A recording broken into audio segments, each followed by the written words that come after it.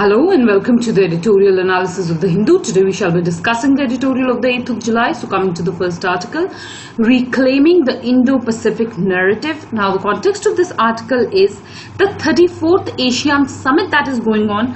A large part of the summit has focused on the Indo-Pacific region this time, and as a result of which this article becomes important for us. This is also important because for India's geopolitics, Indian diplomacy, also the Indo-Pacific region is important, and this is very much in news.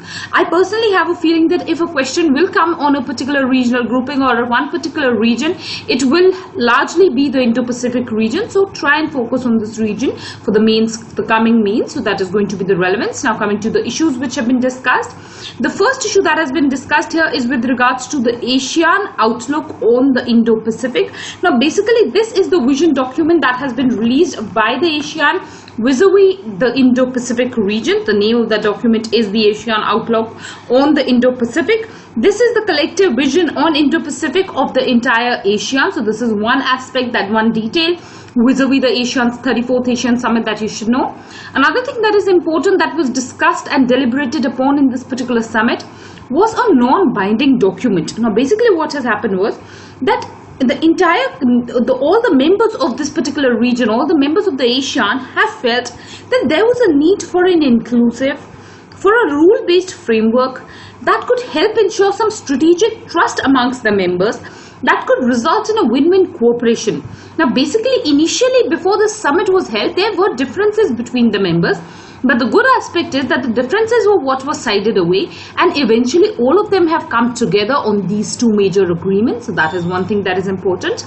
The third issue that has been discussed here, and that is something very important also, is with regards to the rivalry that is developing between US as well as China, particularly in the context of Indo-Pacific. Both these two powers are trying to gain more and more control on the Indo-Pacific region. And any other country interfering is what is seen as a threat by both US as well as China. So despite the fact that ASEAN wanted to come out with a philosophy or some idea on the Indo-Pacific, it was a bit reluctant, primarily because it did not want to antagonize either the US or for that matter the China. But now it has been finally decided by the ASEAN members that it was high time that they come up with an agreement. This agreement is going to be one which is not standing against any particular country, but one of cooperation. So that is what has been discussed. Another major issue that was important that was discussed in the ASEAN summit was with regards to the South China Sea. Now basically what is important is that all the ASEAN members are wanting that a code of conduct be set up for the South China Sea. This is very, very important. There is a lot of issues and challenges in the South China Sea. There are several boundary issues in the sea.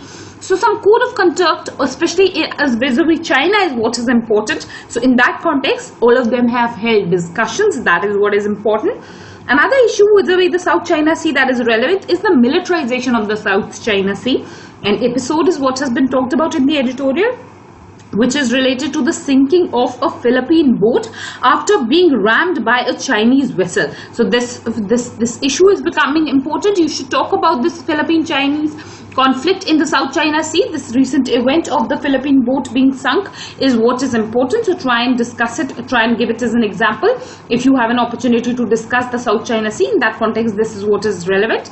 Coming to the next issue which has been discussed, this is with regards to some other documents within the context of Indo-Pacific vis-a-vis some other countries. For example, the United States of America has a document on the Indo-Pacific region which is known as Free and Open Indo-Pacific. So this is the name of the document of US. Japan has a similar document which is Free and Open Indo-Pacific Concept. So that is the name of Japan's document. Japan's document is what was introduced in the year 2016, way back.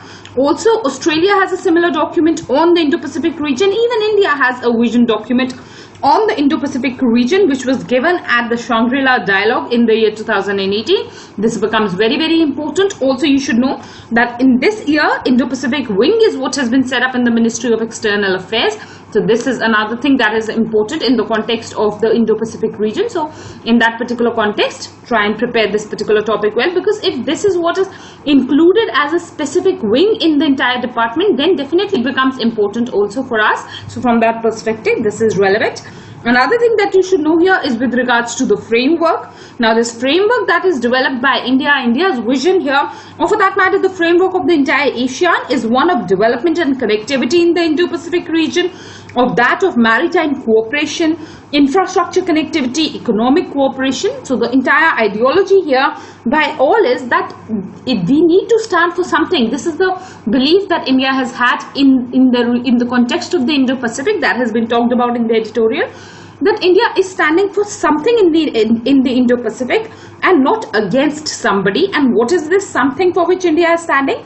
This something is that India is standing for peace in the Indo-Pacific, India is standing for security in the Indo-Pacific, India is standing for stability, prosperity, for rules in the Indo-Pacific. So that is what has been discussed in this article. Indeed an important one for the international relations part of the mains paper, because Indo-Pacific is an important area for this particular year. So that is the relevance. Coming to the next article, quota politics. Now the context of this article is with regards to some politics that is taking place in the state of Uttar Pradesh. Now basically what has happened here is that 17 backward classes have been promised that they will be included in the scheduled castes. This is done just before by-elections are what to be held in Uttar Pradesh, and these kind of doles are what are often promised by the state government. So several issues are what are relevant in this context. The first issue is with regards to Article 341, and this is what is an extremely important analysis, because this kind of a question is political one and you can expect it for General Studies paper 2.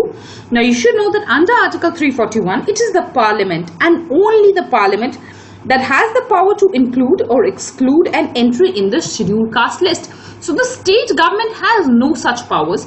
Despite this, this knowledge being with the state government itself, these kind of false and whimsical promises are what are being made before elections to the people, which is kind of cheating on the people. So that is one issue that is emerging. The political aspect, you should know that it is only the Parliament that has such kind of power. Now the issue at hand is that this matter previously also, this was what was attempted by several governments. Now the matter went to the Allahabad High Court, and the Allahabad High Court simply noted that if some particular caste is what is being notified as a scheduled caste, then that notification is going to be valid until and unless the Allahabad High Court gives a decision. So because of this particular statement by the Allahabad High Court, the government got encouragement, the state government got encouragement, and it started notifying more and more castes under the scheduled caste list, despite the fact that it has no such authority. So it is this particular controversy which has arisen, and as a result of which this matter is what is in news. Now what is important here is that these 17 backward castes are definitely economically backward. These people definitely require some doles, they require some development. But for this, what is important is that in the OBC category itself, a special category or special quota should be made for these 17 castes. These 17 castes cannot come under the scheduled caste category, primarily because for being in the scheduled caste category, what is important is that the caste should have suffered untouchability as well as social discrimination at some point of time, and this is what cannot be proved in the context of these 17 castes. So that is what has been discussed in this particular editorial, that this is not something that is valid, this is not something that is acceptable, nor is it something that is legal. So that is one aspect which does become important for General Studies paper 2, and that is the relevance. Coming to the next article. No easy answer to economic slowdown. The context here is with regards to the budget for 2019. I will be coming up with a special series on the budget itself. I have told about this previously also, so please look out for that. Now coming to the issues which have been discussed in this particular article. The first issue that has been discussed here is with regards to the fiscal deficit to the GDP ratio. Now basically the issue here is that the fiscal deficit, it is the first time in the budget that no mention has been done of the fiscal deficit numbers. Now for those of you who are just watching this video for the first time and who are just new to UPSC preparation, we have a detailed series, 2-minute series on economy. So for terms like FD to GDP ratio, for fiscal deficit, all of these terms are what I have delved into in much detail. So please go and watch that video series of ours. Now coming back to the topic, fiscal deficit to GDP ratio, why is it important is because the fiscal deficit targets are what have not been matched, and it is the first time that in the budget speech the status of the fiscal deficit is what has not been mentioned by the finance minister, which is clearly reflecting that this is one of the major challenges that India is facing. The fiscal deficit is expanding, it is not being controlled, so that is what is important. The target that was to be reached was that of 3.3% of the GDP. It was expected that fiscal deficit will be within this limit, but that is not something that could be maintained. At least fiscal deficit is 3.4%, so that is what has been discussed. Another thing that is important is with regards to investments. We have discussed investments in a country can either be private or they can be public. Now, what is important here is that largely India has always focused on public investment, that is government investment. But this time in the economic survey, it has been clearly stated that if any type of investment is what can lead to the growth of the country, it is going to be private investment. So focus is more on the private investment. Also, what you should know is about the fiscal deficit trends or the targets. Now, basically in the year 2011-12, the fiscal deficit was 5.9%, which was too huge a number. This is what was reduced to 3.9% in the year 2015 and 16. So these numbers are what you should know. These are some trends of the fiscal deficit. Later it was reduced down to 3.5%, and now it is what has reduced to 3.4%. But the target was what was that of 3.3% for this particular year, which has clearly been reached. Also, now the new target is what has been set. It has been decided that for this year it will be 3.4%. Then for the next year it will be 3.3%, and after that it will be brought down to 3%. 3% is what is considered as an ideal fiscal deficit, so that is what is important in this particular context, is what you should know.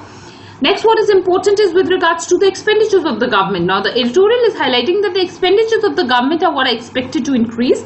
This is primarily because a part of the expenditure is what has been set up for the Prime Minister Kisan scheme. 75,000 crore is what is set up for this. So this is one burden on the exchequer. Also, there are other expenditures that the government is delving into. For example, expenditure on the Narega scheme is what has been talked about. So all of this is what is going to collectively result in a burden on expenditure side. So this is one challenge in the budget. Another issue is with regards to the taxes, which have decreased. The tax to the GDP ratio is what is 11.9%, which is low. Also in the coming year, this is not going expected to increase. It will be 11.7%. Both direct as well as indirect taxes are what are stressed. GST returns have not been adequate, is what has been talked about. This investment is expected to be one source of income. I have discussed all of this previously also. Another source of income is what is expected from the one-time payment from RBI, which is expected, which is being examined by the Bimal Roy committee. So this is Bimal Jain committee. So this is what is important. You should try and remember these points. We have discussed this much in detail in the past. Another challenge that has been discussed here is with regards to the twin balance sheet problems, which is the problem that is being faced by the public sector banks. They have an issue in the context that they cannot lend money primarily because of the NPAs. Also on the asset side, they have challenges because of the fact that on the liability side they have challenges because they have to give some money mandatorily for priority sector lending as well as for the statutory liquidity ratio. So they have enough of burden themselves, which is known as the twin balance sheet problem. But the good aspect is that this time in the budget, and this is somehow one of the most important aspects of the budget, that the budget has set aside 70,000 crore for the financing of the public sector banks. But what is expected is that this money should be given collectively and in one go rather than being staggered. So that is what has been talked about. In the context of the NBFCs, we have discussed that NBFCs are facing a liquidity crunch. I have discussed this in much detail. So that is another challenge that the budget has addressed. It has almost ensured a sort of a bailout for private NBFCs to the tune of a loss cover of 10% is what has been ensured to the NBFCs, and that is what has been discussed in the editorial. So these are some economic highlights of the budget, indeed important for the economy part of the general studies mains paper. These kind of figures are what are relevant for us whenever we have to discuss any question. They give a good impression and they are required for an economic analysis, and that is what is the relevance of this particular article. Now with this we finish today's discussion. I thank you all for watching the video.